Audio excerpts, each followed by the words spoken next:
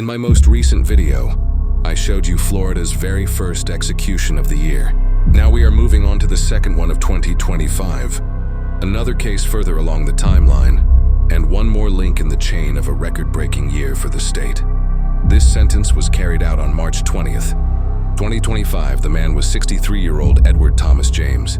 He had been convicted decades earlier, in 1993, for the murders of 8-year-old Toni Nooner and her grandmother Betty Dick in Castleberry, Florida.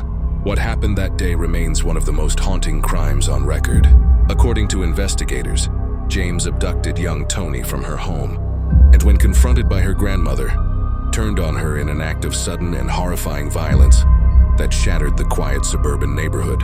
The case involved 2 counts of first-degree murder, aggravated child abuse, kidnapping, and other serious charges that painted a grim picture of cruelty and intent. James fled the area after the killings, sparking a manhunt that stretched across several counties. He was captured a few months later in 1993, after detectives traced evidence linking him to the crime. The trial that followed was long, emotional, and closely followed by the local media.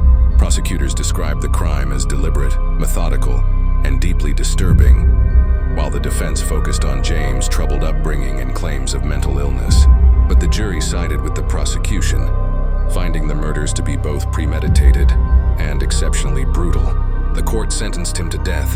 For more than 30 years, James remained on death row. He filed appeal after appeal, arguing for a new trial and claiming that his conviction was unjust. Each attempt was denied. During those decades behind bars, the families of the victims waited and watched the years go by, hoping that the promise of justice would one day be fulfilled. When the date finally came, James offered no final public statement. The process was carried out quietly, witnessed by a few selected observers and state officials. The families of the victims expressed mixed emotions afterward. Some said they finally felt a measure of peace, while others said that no punishment could ever replace the lives that were taken. This second enforcement of the year showed that Florida was not slowing its pace. Old crimes were still casting long shadows, and each sentence carried the weight of years of waiting.